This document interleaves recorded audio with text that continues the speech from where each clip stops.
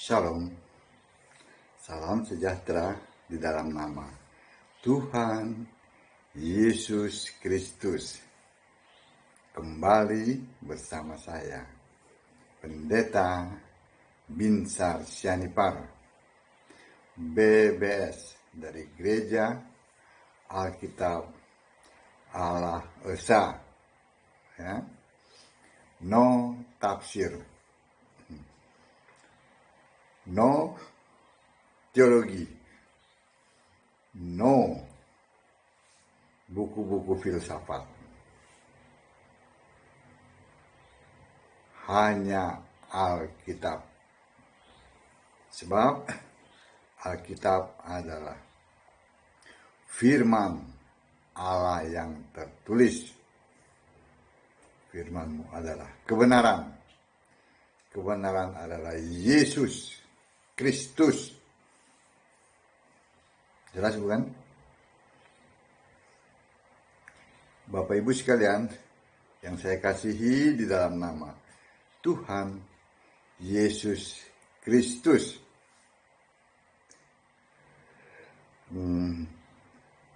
Saya akan menyampaikan 10 rahasia Allah di Alkitab. Sebenarnya banyak, tetapi intinya yang 10 saja dulu, yang lainnya hanya ikutan. Ya. Berikut ya, 10 rahasia Allah yang ada di Alkitab. Bukan yang ada di buku tafsir.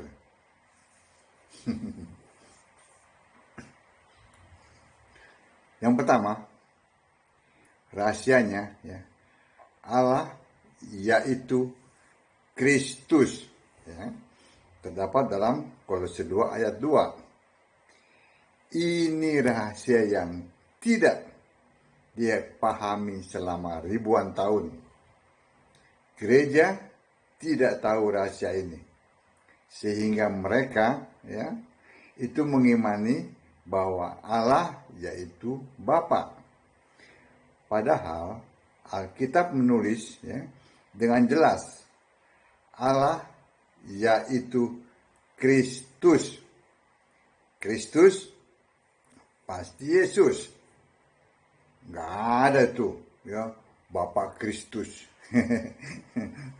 Ya kan? Nggak ada kan? Nggak ada. Kristus itu pasti Yesus Kristus. Ya. Artinya Allah yaitu Yesus. Itu yang pertama. Ya. Yang kedua, rahasia yang kedua ya, yang didiamkan selama berabad-abad. Roma 16 ayat 25. Apa itu? Rahasia itu adalah bahwa Yesus Kristus satu-satunya Allah. Silakan dibaca ayat 27-nya. Kalau satu-satunya, pasti tidak ada yang lain. Nah, ya kan? Itu yang kedua. Yang ketiga, rahasia ya, maksud abadi Allah.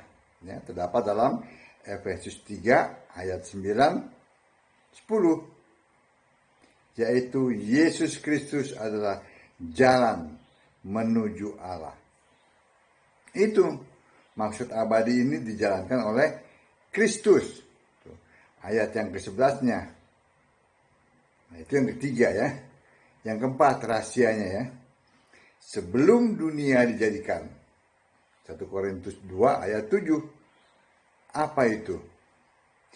Manusia dijadikan supaya kudus, tak bercacat di hadapan Allah. Efesus 1 ayat 4. Nah, sekarang yang kelima rahasianya ya. Rahasia yang tersembunyi ya, berabad-abad pada orang-orang kudusnya. Terdapat dalam Kolose 1 ayat 26. Apa itu? Kristus adalah pengharapan dan kemuliaan. Kristus adalah kesempurnaan. Itu ayat 27 dan 28-nya. Masih ada 5 lagi. Ya. Yang keenam, keputusan rahasia Allah saat sangkakala ketujuh. Terdapat dalam Wahyu 10 ayat 7. Apa itu keputusannya? Pemerintahan atas dunia dipegang Tuhan Allah, Yesus Kristus, dan Dia yang diurapinya, yaitu Anak Domba. Terdapat dalam Wahyu 11 ayat 15, 17. Nah, rahasia yang ke-7. Kerajaan Allah dan kerajaan sorga, ya, Matius 13 ayat 11, Markus 4 ayat 11, apa itu? Nama kita harus tercatat dalam kitab kehidupan untuk bisa masuk kerajaan sorga, ya, kerajaan Allah. Ya, Yohanes 3 ayat 5, Wahyu 20 ayat 15, Wahyu 21 ayat 27. Dimulai, ya, untuk tercatat itu, dimulai dengan baptisan yang benar secara alkitabiah. Maksudnya, dibaptis di dalam nama Yesus Kristus, bukan dibaptis dalam nama Bapa dan Anak dan Roh Kudus. Itu bukan nama Allah, itu Bapa, Anak dan Roh Kudus. Ya, Bapa dan Anak dan Roh Kudus. Itu juga bukan nama Allah. Tetapi Yesus bermaksud mengatakan bahwa itu nama Yesus Kristus. Kenapa? Karena nama Bapa adalah Yesus, nama Anak adalah Yesus, nama Roh Kudus adalah Yesus. Lalu dibaptis dengan benar, celentang, tenggelam, lalu dibangkitkan lagi. Gitu. Bukan pakai gayung celup-celup, apa jebur-jebur. Oh. Jangan baptis mau gue. Ntar masuk surganya semau gue. Iya gak? Itu. Ya, dimulai dengan baptisan yang benar. Itu tadi yang ke-7 ya. Sekarang yang ke-8, rahasianya ya. 1 Korintus 4 ayat 1. Apa itu? Yesus Kristus adalah Allah sejak sebelum segala abad, sekarang sampai selama-lamanya. Baca 7:1 ayat 25. Allah tidak mungkin diganti di tengah jalan. Tiba-tiba diselipkan Bapa jadi Allah, menggantikan Yesus. Nggak pernah. Atau, dalam keberadaannya, Allah dalam keberadaannya sebagai Bapa, mencipta. Lalu sebagai anak, menyelamatkan. Sebagai Roh Kudus, memelihara. Enggak gitu. Allah satu. Namanya Yesus Kristus. Wah, kita iya. Gak mungkin Allah ini pensiun. Bapak, engkau sudah mencipta, engkau silakan pensiun. Ini sekarang digantikan oleh Allah Anak. Allah Anak, engkau sudah selesai untuk menyelamatkan. Engkau pensiun saja. Dan digantikan oleh Allah Roh Kudus. Untuk memelihara. Ngaco. Kan begitu kan? Inti keberadaannya kan? Mau diputar apapun juga intinya seperti itu. Nggak ada alat pribadi. Pribadi nggak pulang-pulang. Itu yang ke-8 ya.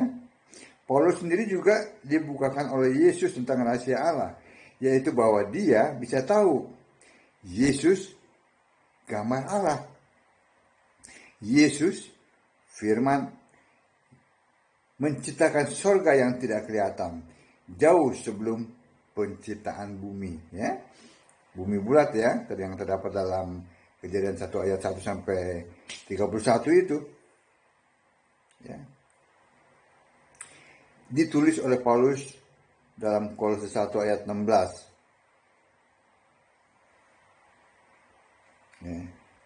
Lalu kita lihat Yesaya 40 ayat 22. Bumi itu bulat, Allah bertahta di atas bulatan bumi. Jadi ada rahasia yang tersimpan sekian lama yang tidak diketahui oleh gereja. Gimana tahu kan sembah bukan Yesus?